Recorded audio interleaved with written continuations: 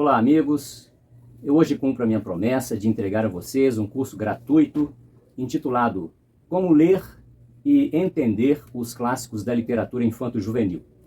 Um curso pensado para mães e avós conservadoras, uma vez que a literatura, sobretudo a literatura erudita, ela oferece um conjunto de dificuldades durante o processo de interpretação, e algumas dificuldades são tidas como intransponíveis por algumas pessoas.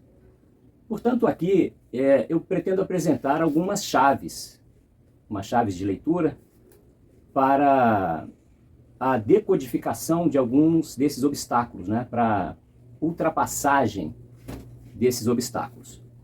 Vejam só, a obra literária, ela se difere das demais exatamente pelo fato de a literatura usar a palavra como um objeto estético. Assim como um pintor, um esteta, né, das artes visuais, ele usa as cores não com o seu sentido funcional, objetivo de proteger uma parede, né, mas ele as usa com o propósito de produzir o belo, de despertar emoções, de produzir catarse, tal como isso acontece na pintura, acontece também nas outras artes, não é? Os sons nas mãos de um compositor, ele ganha um sentido estético.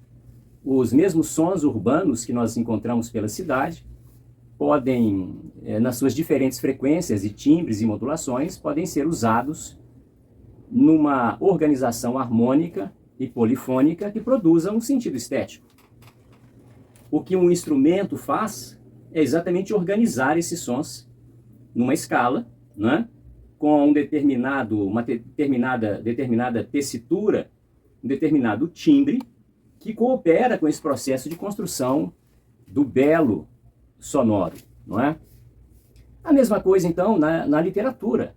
A palavra que lá no jornal é empregada exclusivamente para informar, no texto literário, ela pretende produzir beleza, despertar emoções.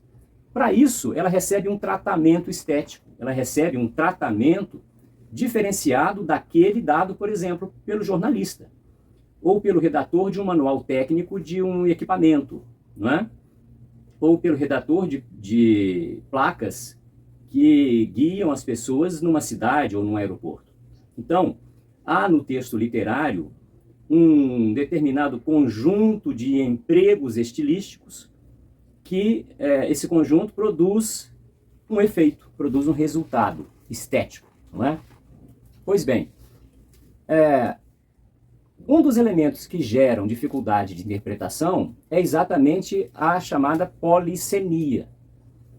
É uma mesma palavra empregada, uma mesma palavra encontrada num dicionário como substantivo, ela num contexto literário, ela pode inclusive mudar de categoria gramatical, porque o contexto pode dar a ela uma mudança, né, um deslocamento de sentido.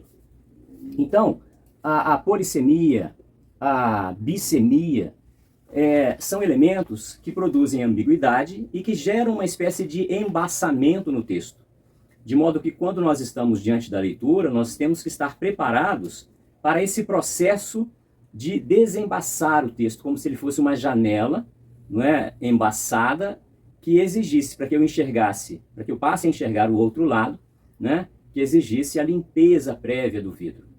Então o texto literário é mais ou menos assim. Ele tem os seus elementos de duplo sentido, de triplo, não é, sentido, por isso que eu usei a expressão bissemia, quando há dois sentidos, mas usei também polissemia, quando os sentidos são diversos, não é? Bom, esses são dois elementos, mas existem inúmeros outros.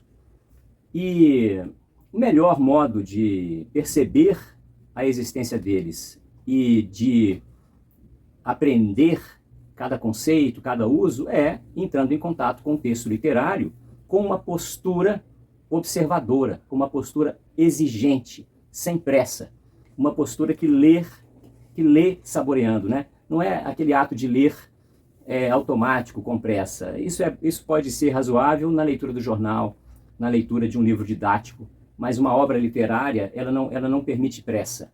Ela exige cuidado, ela exige entrega, não é?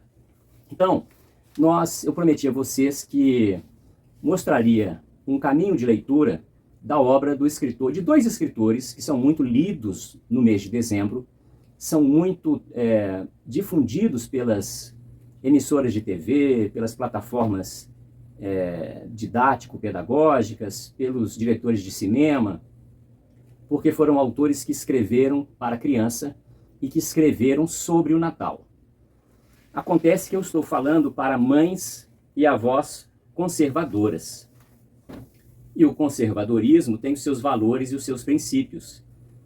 Então, eu darei uma grande contribuição a essas mães e a essas avós se eu conseguir mostrar para elas que nesses escritores que são extremamente eficientes, altamente qualificados no que diz respeito ao uso pleno dos recursos de linguagem, ou seja, são grandes clássicos da literatura, são grandes gênios, mas embora sejam grandes gênios, eles têm uma diferença de outros grandes gênios da literatura.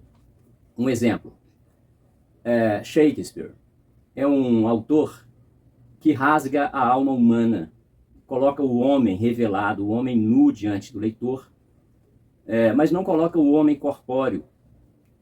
Ele não está preocupado com a descrição física do homem, nem com a característica da cidade ou do lugar em que o homem vive. Ele está preocupado com um problema existencial, ele está preocupado com um problema psicológico, ele está preocupado com as questões históricas, com as angústias do tempo dele, com as angústias do homem do tempo dele. Então, o Shakespeare rasga essas almas humanas, coloca todas as mazelas delas diante do seu leitor, no caso do espectador, porque basicamente ele escreveu peças de teatro, né? E na época dele a imprensa não era tão eficiente e, portanto, não se compravam livros como se compram hoje, né? Com essa facilidade. As pessoas iam ao teatro com mais frequência do que tinham perto de si uma livraria, né? A aquisição de livro era algo inacessível naquele período. Era acessível, mas com suas dificuldades, né?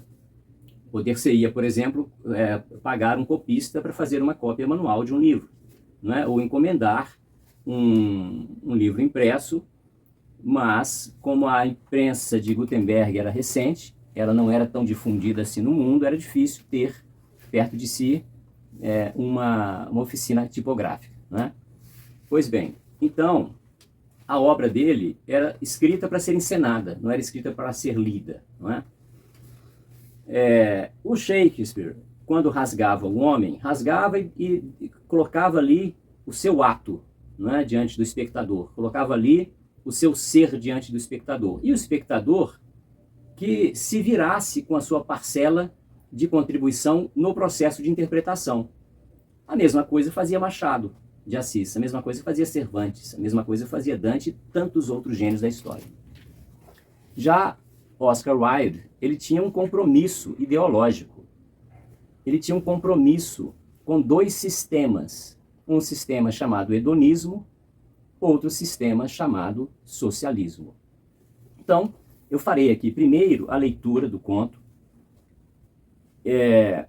Durante a leitura do conto, eu apresentarei alguns elementos de literatura, como construção de personagem, narratividade e outros aspectos, tá bem?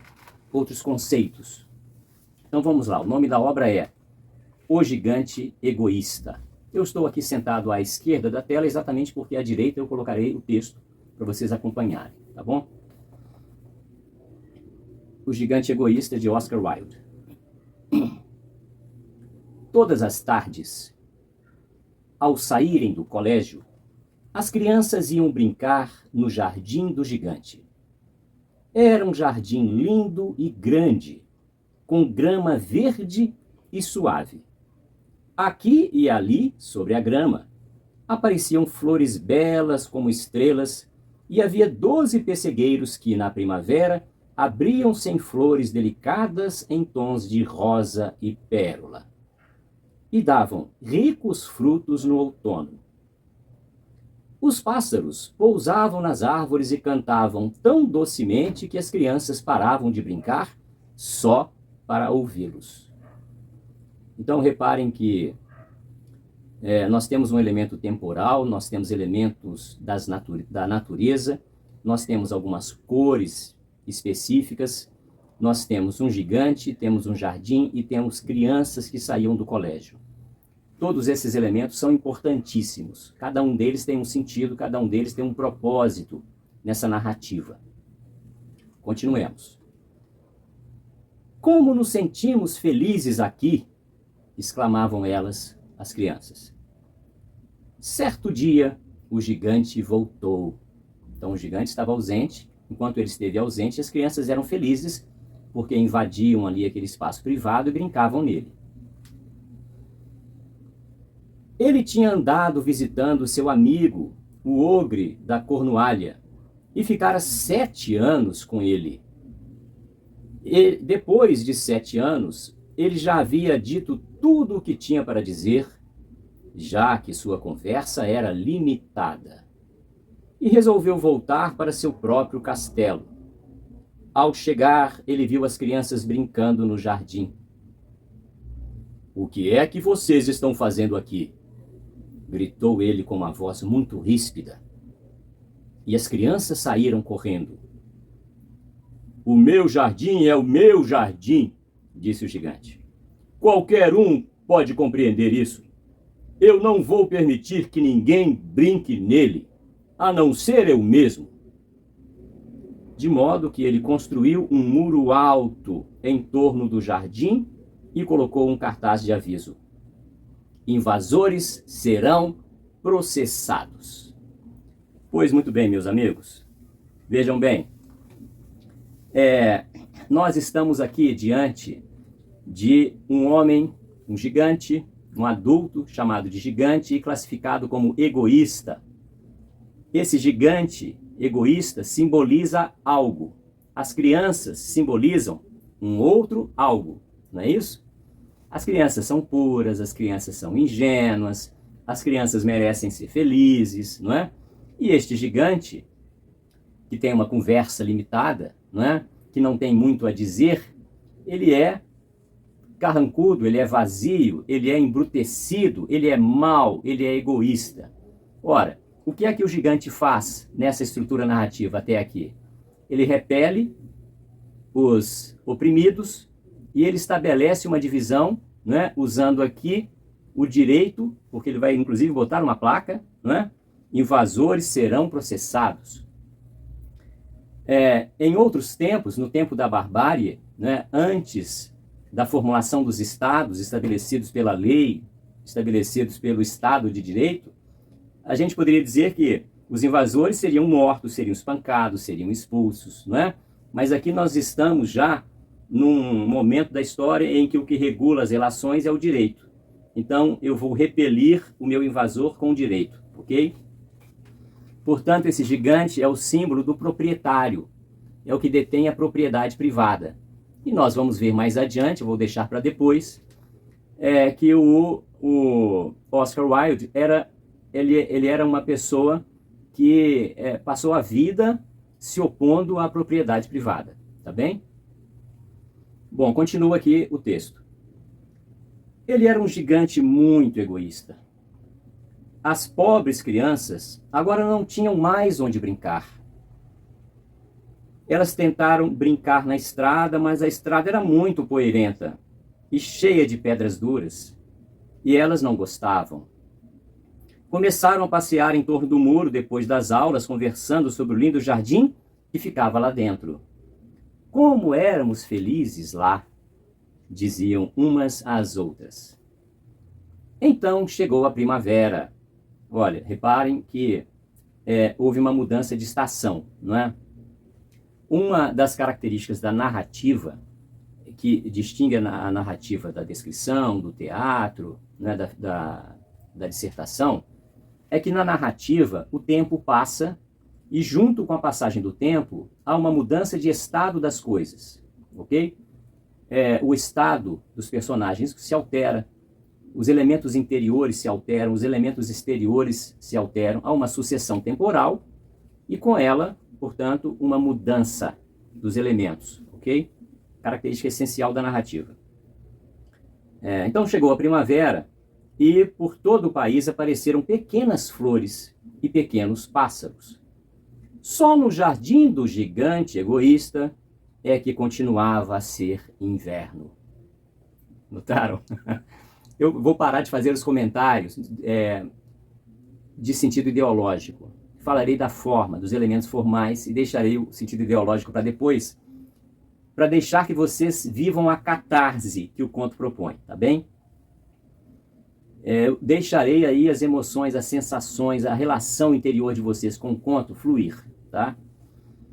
Os passarinhos não gostavam de cantar lá, porque não havia crianças, e as árvores se esqueceram de florescer. Uma vez, uma flor bonita começou a brotar, mas ao ver o cartaz de aviso, ficou com tanta pena das crianças que se enfiou de volta no chão e adormeceu. Os únicos que estavam contentes eram a neve e o gelo. A primavera se esqueceu deste jardim, exclamaram eles, de modo que podemos viver aqui o ano inteiro. Quem foram eles que exclamaram? Não foram as crianças, foram a neve e o gelo, tá bem? Aqui, eu não posso dizer que é uma anáfora, bom, se bem que sim, né? O eles aqui tem uma função anafórica. O que é isso? É a relação, é a referência a elementos anteriores. Então vejam só, o parágrafo anterior termina assim: os únicos que estavam contentes eram a neve e o gelo. Continua, a primavera se esqueceu deste jardim, exclamaram eles. Eles quem? A neve e o gelo, né? De modo que nós, a neve e o gelo, podemos viver aqui o ano inteiro. A neve cobriu toda a grama com seu manto branco, e o gelo pintou todas as árvores de prata. Eles convidaram o vento do norte para se hospedar com eles, e ele veio. Todo enrolado em peles, rugia o dia inteiro pelo jardim, derrubando as chaminés com seu sopro. Este lugar é ótimo, disse ele. Ele quem? O vento do norte. Nós precisamos convidar o granizo para vir fazer uma visita. E o granizo apareceu. Todos os dias, durante 3 horas, ele matracava no telhado do castelo até quebrar quase todas as telhas. E depois corria dando voltas no jardim o mais depressa que podia. Sempre vestido de cinza, soprava gelo para todo lado. Não entendo por que a primavera está demorando tanto a chegar, disse o gigante egoísta, sentado junto à janela e olhando para seu jardim frio e branco. Espero que o tempo mude logo, mas a primavera não apareceu, nem o verão. O outono trouxe frutos dourados para todos os jardins, mas nenhum para o do gigante. Ele é muito egoísta, disse o outono, de modo que ali ficou, sendo sempre inverno, e o vento norte, o granizo, a neve, o gelo, dançavam em meio às árvores. Certa manhã, o gigante estava deitado, acordado na cama quando ouviu uma música linda. Soava com tal doçura em seus ouvidos que ele até pensou que deviam ser os músicos do rei que passavam. Na realidade, era apenas um pequeno pinta-roxo, cantando do lado de fora de sua janela. Mas já fazia tanto tempo que ele não ouvia um só passarinho em seu jardim, que aquela parecia ser a música mais bonita do mundo. E então o granizo parou de dançar sobre a cabeça dele, e o vento do norte parou de rugir, e um perfume delicioso chegou até ele através da janela aberta. Acho que finalmente a primavera chegou, disse o gigante. E, pulando da cama, olhou para fora. O que ele viu? A visão mais bonita que se possa imaginar. Por um buraquinho do muro, as crianças haviam conseguido entrar e estavam todas sentadas nos ramos das árvores. Em todas as árvores que ele conseguiu ver, havia uma criança. E as árvores estavam tão contentes de terem as crianças de volta que se cobriram de flores, balançando delicadamente os galhos, por cima das cabeças da meninada. Os passarinhos voavam de um lado para outro, chilreando de prazer. As flores espiavam e riam. Era uma cena linda, e só em um canto é que continuava a ser inverno. Bem, então notem que houve uma nova mudança de estado das coisas, não é? Tem havido um conjunto de transformações no decorrer da história, não é? Continuando. Era o canto mais distante do jardim e nele estava de pé um menininho. Ele era tão pequeno que não conseguia alcançar os ramos da árvore e ficou andando em volta dela, chorando, muito sentido. A pobre árvore continuava coberta de neve e gelo, e o vento do norte soprava e rugia acima dela. Sobe logo, menininho, dizia a árvore, curvando os ramos o mais que podia. Mas o menino era pequeno demais. E o coração do gigante se derreteu quando ele olhou lá para fora. Houve uma mudança de estado agora no interior do gigante, não é? Como eu tenho sido egoísta, disse ele. Agora já sei por que a primavera não aparecia por aqui. Eu vou colocar aquele menininho em cima daquela árvore. Depois vou derrubar o muro. E meu jardim será um lugar onde as crianças poderão brincar para sempre. Ele estava realmente arrependido do que tinha feito. E assim desceu as escadas, abriu a porta da frente com toda a delicadeza e saiu para o jardim. Mas quando as crianças o viram, ficaram tão assustadas que fugiram e o inverno voltou para o jardim. Uma nova mudança de estado, né? Só o menininho pequeno é que não fugiu, porque seus olhos estavam marejados de lágrimas e não viu o gigante chegar. E o gigante aproximou-se de mansinho por trás dele, pegou delicadamente em sua mão e o colocou em cima da árvore. A árvore imediatamente floresceu e os passarinhos vieram cantar nela. O menininho esticou os braços, passou-os em torno do pescoço do gigante e o beijou. Quando viram que o gigante não era mais mau, as outras crianças voltaram correndo e com elas veio a primavera. Agora o jardim é de vocês, crianças, disse o gigante. E pegando um imenso machado, derrubou o muro. Quando toda a gente começava a ir para o mercado ao meio-dia, lá estava o gigante brincando com as crianças no jardim mais bonito que todos já tinham visto. No jardim mais bonito que todos já tinham visto. Elas brincavam o dia inteiro, mas quando chegava a noite, despediam-se do gigante. Mas onde está seu companheirinho? Perguntou ele. O menino que eu botei em cima da árvore. O gigante gostava dele mais do que de todos os outros, porque ele lhe havia dado um beijo. Nós não sabemos, responderam as crianças. Ele foi embora. Vocês têm de dizer a ele para não deixar de vir amanhã, disse o gigante. Mas as crianças disseram que não sabiam onde ele morava e que jamais o haviam visto antes. O gigante ficou muito triste. Todas as tardes, quando acabavam as aulas, as crianças iam brincar com o gigante. Mas o menininho de quem o gigante gostava nunca mais apareceu. O gigante era muito bondoso com todas as crianças, mas sentia saudades de seu primeiro amiguinho e muitas vezes falava dele. Como eu gostaria de vê-lo, costumava dizer.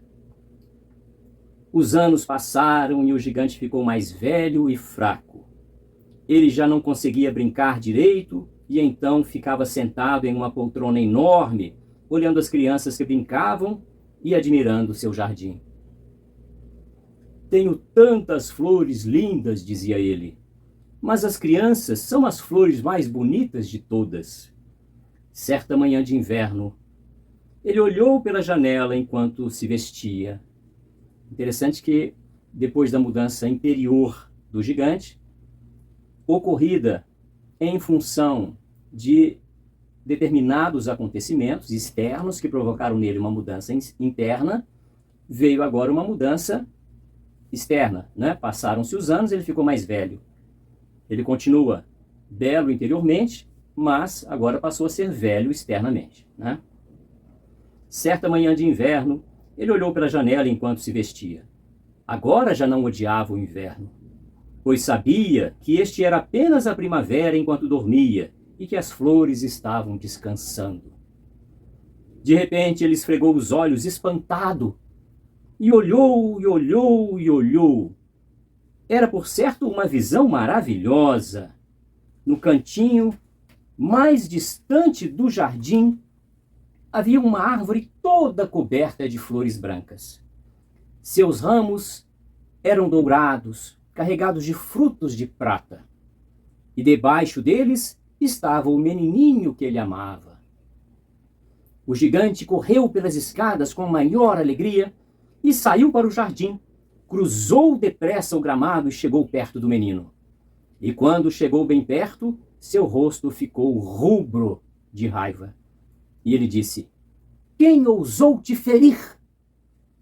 Nas palmas das mãos da criança estavam as marcas de 2 pregos, como havia marcas de 2 pregos em seus pezinhos. "Quem ousou te ferir?" gritou o gigante. "Dize-me, para que eu possa tomar de minha grande espada para matá-lo." "Não", respondeu o menino, "pois essas são as feridas do amor." "Quem és?" perguntou o gigante. E quando o temor apossou-se dele, ajoelhou-se diante da criança.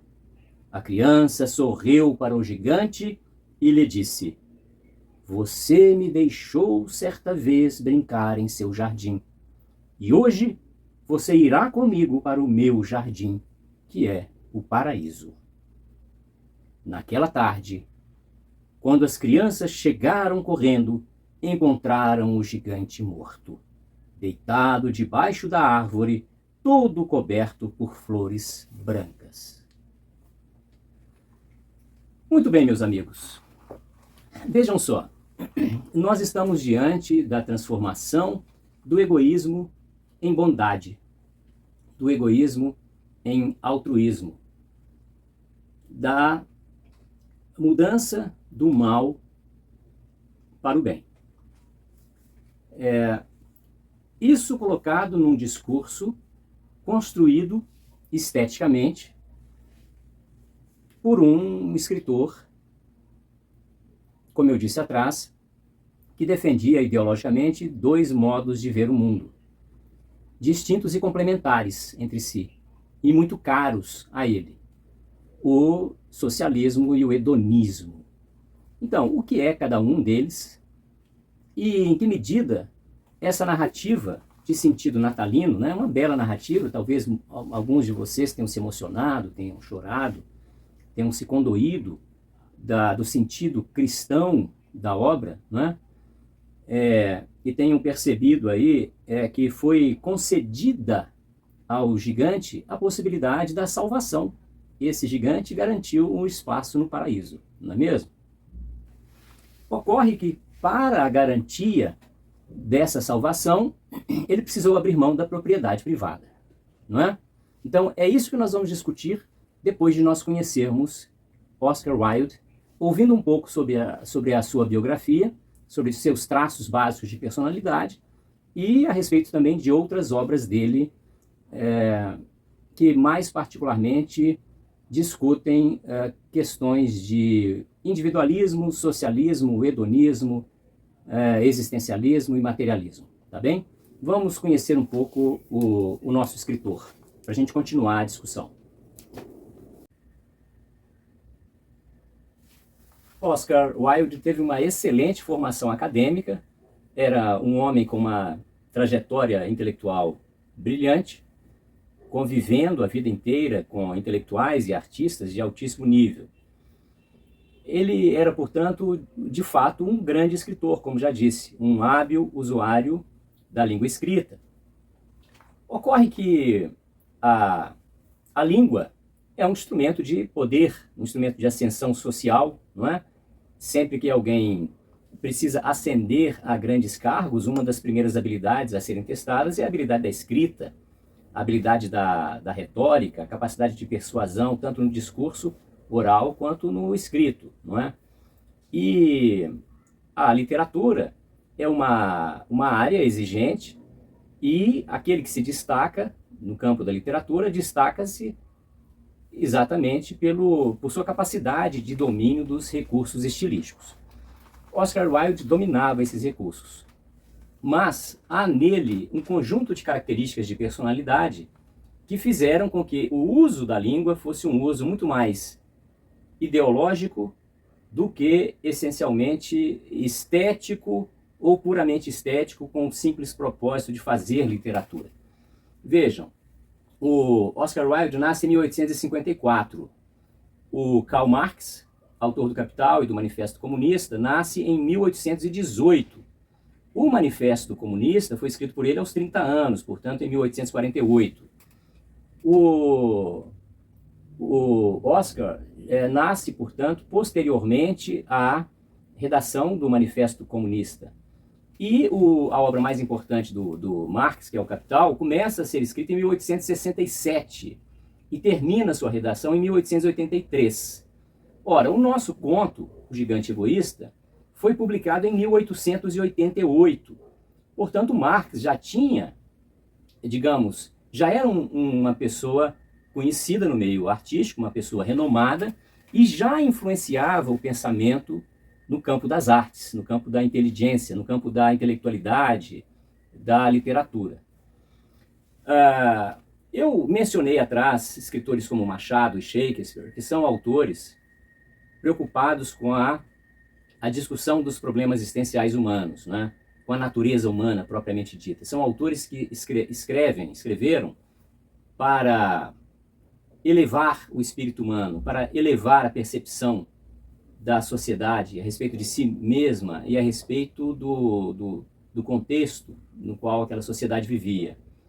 O Oscar, ele escreveu, sobretudo depois de um determinado momento da vida, com a pretensão exclusiva de persuadir, de convencer as pessoas daqueles credos que eram importantes para ele. O maior deles era o hedonismo. E, em seguida, vem o apreço pelo socialismo. Até que, num determinado momento, o apreço pelo socialismo se equipara ao apreço pelo hedonismo. Então, vejamos, eu tenho aqui um dicionário de filosofia, um dos mais importantes, o Ferrater Mora. A minha biblioteca tem duas estantes só de dicionários especializados, além de uma estante só de dicionários de língua portuguesa, dicionários de sinônimos da língua portuguesa, de antônimos, dicionários de rima da língua portuguesa, enfim. O dicionário especializado, como é o caso do dicionário de filosofia, ele é muito útil. Esse dicionário, não dá para vocês verem aí, mas ele é um dicionário em 6 volumes, esse é o segundo. Portanto, às vezes, um único conceito, ele absorve 4, 5, 6, às vezes 20 páginas do dicionário, né? Eu tenho aqui também comigo um dicionário de termos literários. E aí, aqui no dicionário de termos literários, eu tenho tanto gêneros como conto, romance, novela, teatro, écloga, redondilha, epopeia, enfim, diversos gêneros de poesia e prosa e teatro, como tenho também alguns outros conceitos, como é o caso de discurso. E aqui em discurso, tem aqui, logo na introdução, a seguinte frase: no plano da oratória, está conceituando o que é discurso, né? No plano da oratória, designa a elocução pública que visa a comover e persuadir. Então, em muitos casos, olha só, e como é que, através de que elementos se comove e se persuade? Vejam lá, ensinando, agradando, comovendo. Eu tiro esse vocábulo do seguinte trecho. Dado que a virtude mais geral do discurso se encontra contida no advérbio benedicere, e o fim mais geral do discurso consiste em persuadere, o objetivo específico do desenvolvimento reside no ensinar, no agradar e no comover. Então vejam bem, o Oscar Wilde sabia disso. E tanto sabia disso, que eu vou citar aqui um trecho. Vou citar um trecho de uma obra dele que diz assim, ó. Como ressaltei há algum tempo em um ensaio sobre a função da crítica, é bem mais fácil sensibilizar-se com a dor do que com a ideia. Ou seja, é muito mais fácil sensibilizar uma pessoa através das emoções do que através do uso da razão. Então, nós estamos vendo num texto em prosa, um ensaio do Oscar Wilde, que ele acredita que a escrita ela é muito mais persuasiva quando os recursos se voltam menos para o uso dos argumentos e mais para o uso das emoções, da sensibilização, dos elementos estéticos capazes de gerar sensação de dor, angústia, pesar, etc. Então, vejam só, a própria palavra protagonista, ela tem dentro de si o elemento grego agon, que quer dizer dor, angústia. O protagonista é aquele que vive a favor, vive em prol de transpor uma dor, uma angústia, de saltar um obstáculo. E o antagonista vive para colocar os obstáculos, não é? Então, nas produções literárias, sempre o herói é o protagonista e sempre o vilão é aquele que gera o mal, que provoca a dor, que gera as angústias, que coloca os obstáculos para o herói ultrapassar. Em O Gigante Egoísta, isso é muito evidente. Nós temos um vilão construído, que é o gigante, o representante do capitalismo, o representante do proprietário de terra, né? Ele realiza o mal. Como é que ele se realiza o mal? Se apropriando de uma área de terra que é capaz de gerar a felicidade da coletividade. Isso, não, eu não creio nisso, né? Isso segundo o argumento, o ponto de vista do Oscar Wilde. E a mudança de estado das coisas que acontece na narrativa leva o gigante a uma experiência de dor. Diante da experiência de dor que ele sente, ele é levado a ele próprio rever a sua vida, suas ideias, os seus conceitos e radicalizar no sentido de abolir a propriedade privada, não é? Então ele tem lá os seus antagonistas, que são as crianças, são as estações do ano, são os fenômenos da natureza, não é? Que vão produzir a infelicidade dele, produzir a dor nele. E nós, diante de diversas situações ficcionais em que a angústia é posta, nós somos levados a sentir, a nos identificar com a dor das crianças que estão privadas daquele jardim. E esse processo de identificação nós chamamos em teoria da literatura, em crítica, em teorias da arte, de catarse. O que é a catarse? Eu também posso procurar aqui no dicionário de filosofia, no seu dicionário de termos literários, né? No dicionário de grego. A catarse é aquela depuração de um mal.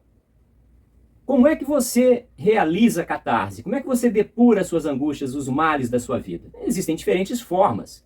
Você pode, por exemplo, diante de uma angústia praticada por você, algo que te faz infeliz, você pode procurar um padre para se confessar, porque você está sentindo culpa, não é mesmo? E o gigante, aqui no conto, a ideia é de que o gigante se arrepende. Ora, quem é que se arrepende? É o pecador, aquele que erra, aquele que tem culpa. Então, você pode procurar um padre e confessar o seu pecado. Ali, aquele processo de confissão, ele produz catarse.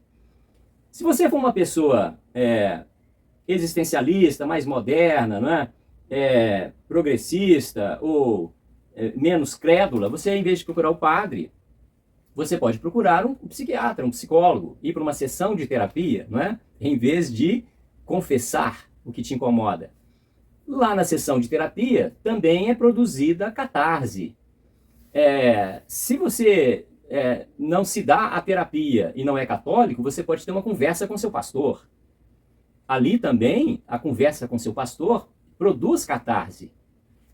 Os ritos religiosos, a Santa Missa, a Eucaristia, eles produzem catarse. A gente sai da missa mais leve exatamente porque a gente depura, a gente faz confissões, né? Confissão comunitária, a reflexão da Eucaristia, né? A leitura do credo. Há uma série de elementos ali naquela processualística, né? Naquela ritualística, que são causadores de catarse. Ora, a obra de arte também produz catarse. É por isso que às vezes a gente se depara com um quadro de um grande pintor e chora, inexplicavelmente chora. Eu já chorei de soluçar diante de pintura de Van Gogh, de original de Portinari. Eu não consigo entrar numa igreja barroca, na igreja de São Francisco de Belo Horizonte, com Sesquiati, Di Cavalcanti, Portinari, todos eles comunistas. Mas, apesar do idealismo comunista, eles fizeram pesquisas sobre o cristianismo para construir aquilo, não é? E apesar do existencialismo e do materialismo deles, há um conjunto de elementos simbólicos cristãos ali, postos nas nossas frentes a partir da capacidade estética extraordinária daqueles artistas, que geram uma profusão de catarses, não é? Eu não consigo entrar naquela igreja sem sair cheio de comoção. Então, o Oscar Wilde sabia disso. Ele sabia disso. E ele, aqui, vejam, a obra que eu citei se chama A Alma do Homem sob o Socialismo. Eu vou citar trechos dessa obra aqui para vocês entenderem como ele amava o socialismo, como isto aqui é o credo socialista dele, tá bem? Mas antes de apresentar o credo socialista do Oscar Wilde, eu quero dizer a vocês o que é o hedonismo. E aqui no dicionário de filosofia diz assim, ó, a palavra grega, aí ele cita aqui, né? Eu vou saltar o primeiro parágrafo, que vai nas raízes gregas, ele cita várias raízes gregas. Embora eu tenha estudado grego, acho um pedantismo ficar fazendo isso aqui. Diz assim, olha, o segundo parágrafo. Chamou-se de hedonismo a tendência que consiste em considerar que o prazer é um bem. Em muitos casos, julga-se que o prazer é o maior bem, o supremo bem. Ou identifica-se prazer com bem.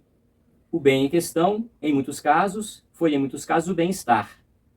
E aí o autor continua por várias páginas explicando, várias mesmo, explicando o que é hedonismo. São dezenas de páginas. E aí ele cita diferentes autores, dá a referência bibliográfica e tal. Mas em linhas breves, a gente pode dizer o seguinte, que o hedonismo é uma doutrina do prazer.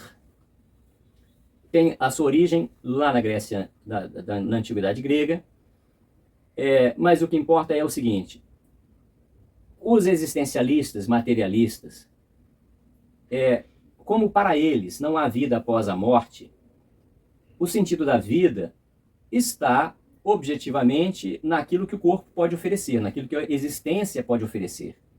E o que o corpo pode dar são as sensações, não é? E, então, a ideia do hedonismo está absolutamente ligada aos prazeres corpóreos. Durante a campanha de 2022, como eu fui candidato a deputado federal, uma das minhas bases, né, era a reforma universitária. Eu dizia o seguinte, olha, a nossa universidade está marcada pelo hedonismo.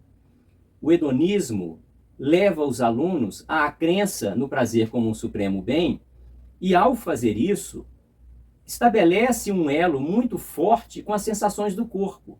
Isso gera um rebaixamento do ser à valorização das sensações em detrimento das valorizações do intelecto e da espiritualidade, não é? É por isso que o ambiente universitário se tornou um espaço tão promissor para o crescimento do progressismo. E por isso a universidade se tornou esse ambiente incubador de todas as mais perversas pautas do progressismo, graças ao domínio do hedonismo no seio das universidades, não é? Então, o nosso amigo Oscar Wilde, como hedonista, ele descobriu, depois de se casar, com Constance, depois de ter 2 filhos, ele descobriu um certo apreço pela homossexualidade. Deixou a esposa tão logo teve o 2º filho, ficaram sexualmente afastados e ele passou a viver em hotéis, não só na cidade na qual morava com ela, mas também perambulando pelo mundo, particularmente pela França, não é? E ali ele terá um amante, que é o Alfred Douglas, um rapaz 16 anos mais jovem do que ele. O pai desse rapaz, quando descobre esse relacionamento, procura pelo Oscar, não o encontrando, deixa um bilhete, uma carta, bastante virulenta, bastante forte. O Oscar, burramente, pega essa carta e faz, que era um documento íntimo, pessoal, né? Um ser enviando para outro ser. Ele não publicou essa carta no jornal, né? Não foi uma carta aberta ao Oscar Wilde, foi um documento íntimo. O Oscar processa o pai do Douglas, Alfred Douglas, por acusação de difamação. Pois muito bem, o pai do garoto se deixa processar, vai às audiências, e ali naquele procedimento, muita coisa é falada, muita coisa é confessada, muita coisa é dita, e muitas testemunhas são arroladas e dão os seus respectivos testemunhos. O Oscar foi infeliz na ação, ele perdeu a ação. Tão logo o pai do garoto se viu vencedor da ação, ele usou todas as provas documentais e testemunhais que estavam ali para processar o Oscar Wilde por um crime que hoje nós poderíamos chamar de pedofilia, né, ou algo parecido. E aí sim o Oscar se dá mal direito, porque o autor da petição sai vencedor, o Oscar é condenado e preso. Passa alguns anos preso por conta disso. Isso afetou tanto a família dele que os 2 filhos que ele teve com a esposa mudaram seus sobrenomes. Tamanha foi a repercussão que esse episódio causou em toda a sociedade da época. Bom, fato é que por essas informações temos uma noção do perfil do Oscar. Um outro detalhe que vale a pena informar: a esposa, uma das causas da morte da esposa foi sífilis, supostamente contraída nas relações com o marido. E, bom, eles tiveram 2 filhos, um dos filhos morreu abatido por um sniper numa situação de batalha. Enfim, uma família que viveu uma vida bastante tumultuada do ponto de vista afetivo, com todos esses episódios conturbados aí, né? Então esse é o Oscar Wilde hedonista. Ele tinha essa característica, essa afetividade, né, essa bissexualidade, com uma visível preferência pelo homossexualismo e uma paixão pelo socialismo. Eu vou ler aqui alguns trechos para vocês entenderem essa obra. Começa assim: a vantagem principal da consolidação do socialismo está, sem dúvida, no fato de que ele poderia nos livrar dessa imposição sórdida de viver para outrem. Vejam bem, ele considera sórdido viver para outrem. Então, viver para a esposa, viver para filhos, para ele isso é sórdido. Viver fazendo caridade, ajudando o outro, para ele isso é sórdido. Então, vejam bem, o altruísmo para Oscar Wilde é um problema, tá? Ele já se coloca na primeira página, aqui ó, ele vai dizer que a maioria dos homens arruinam suas vidas por força de um altruísmo doentio.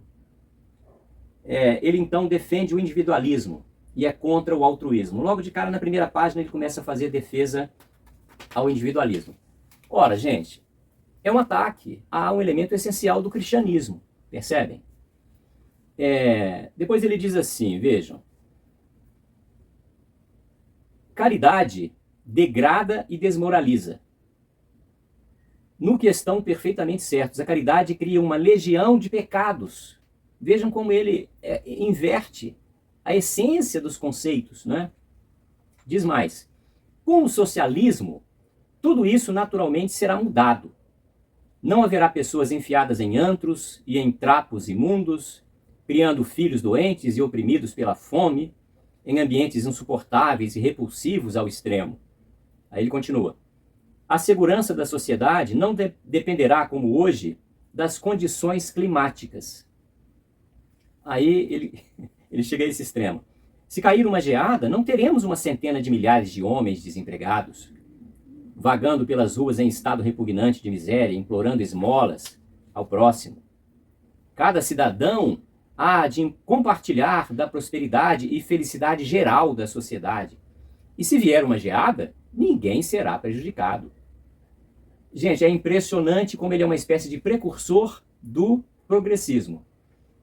Ele ataca o agronegócio em vários momentos aqui dessa obra. Ele ataca o cristianismo, ele defende o individualismo. Continua em uma viagem cheia de contradições. Vejam, socialismo, comunismo, ou que nome se lhe dê, ao transformar a propriedade privada em bem público, estão vendo aqui, ele já começa, em vários trechos ele ataca a propriedade privada, como é o caso aqui. Ao transformar a propriedade privada em bem público e ao substituir a competição pela cooperação, há de restituir à sociedade sua condição própria de organismo inteiramente sadio e há de assegurar o bem-estar material de cada um de seus membros. Devolverá de fato à vida sua base e seu meio naturais. Mas para que a vida se desenvolva plenamente, no seu mais alto grau de perfeição, algo mais se faz necessário. O que se faz necessário é o individualismo. Vejam bem a contradição desse homem, né? Ele defende o coletivismo do socialismo no parágrafo seguinte ele vem com essa defesa virulenta ao individualismo. Ele tem uma predileção pelas classes intelectualmente elevadas e uma espécie de desprezo pelas pessoas simples, despreparadas academicamente e humildes. Vejam, estes são os poetas, os filósofos, os homens de ciência, os homens da cultura. Numa palavra, os verdadeiros homens, os que fizeram verdadeira a sua individualidade e nos quais todo humano alcança uma parcela dessa verdade. Enfim, eu poderia ficar aqui lendo vários trechos. Olha, ele volta a falar da propriedade privada. Vejam só esses dois trechos contra a propriedade privada. A posse da propriedade privada é, a miúde, desmoralizante ao extremo. E esta é, evidentemente, uma das razões por que o socialismo quer se ver livre dessa instituição. Continua. Se a propriedade proporcionasse somente prazeres, poderíamos suportá-la. Mas suas obrigações a tornam intolerável. As obrigações por ter a propriedade privada, por exemplo, manter um imóvel, pagar imposto sobre imóvel, para ele isso aí é algo doloroso que tem que ser evitado. E aí ele continua, para bem dos ricos, devemos nos ver livre delas. Então, vejam o cúmulo, né? Ele vai justificar o desejo de acabar com a propriedade privada, dizendo para os proprietários, olha, vocês serão os primeiros a serem beneficiados com o fim da propriedade privada, porque vocês deixarão de ser escravos da propriedade privada. Entenderam? E continua ele. É um emaranhado de contradições, de ataques a tudo que há de mais caro e de mais valoroso para a sociedade conservadora, sobretudo para os valores que nós defendemos e pretendemos preservar. Então este é o Oscar Wilde, um socialista hedonista que usa a literatura para persuadir a sociedade leitora dele de que ela deve amar o hedonismo, o homossexualismo, que é uma circunstância que permite que o homem seja ele mesmo, e deve amar o socialismo. Então, digamos assim, é o pai do progressismo, né, contemporâneo. É um grande escritor? Sim, é um grande escritor. Os meus colegas professores universitários, se virem este vídeo, vão coroar a ideia que já tem de mim, de que eu não mereço participar do seleto grupo de intelectuais críticos literários do Brasil, porque eu sou de fato um conservador, não é? Que chega ao cúmulo de falar de Oscar Wilde dessa forma.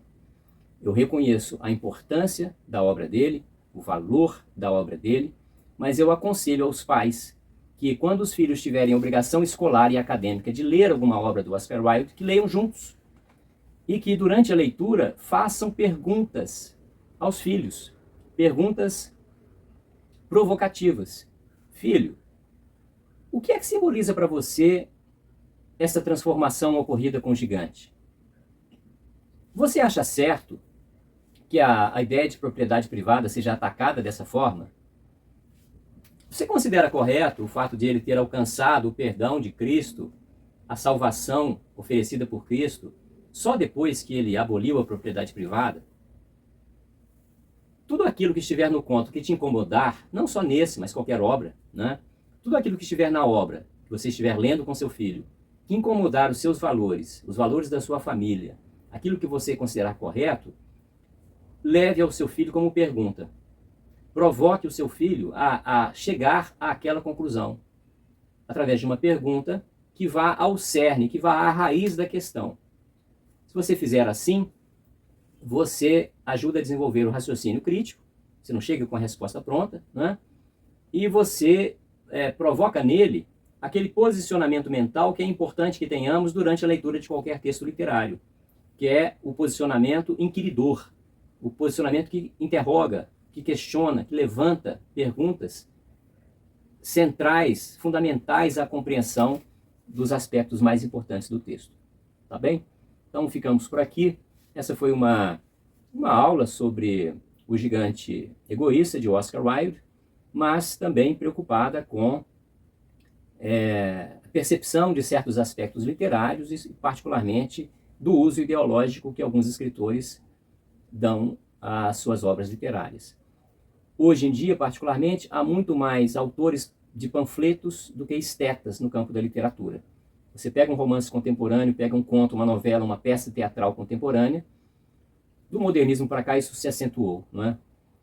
E você vê muito mais ideologização do que estética, indagação, proposição de questões existenciais humanas e sociais. Então é preciso ter cuidado. E, sobretudo, e cada vez mais, é preciso valorizar os clássicos da literatura brasileira e da literatura universal. Tá bem? Um grande abraço a todos, que Deus os abençoe e proteja.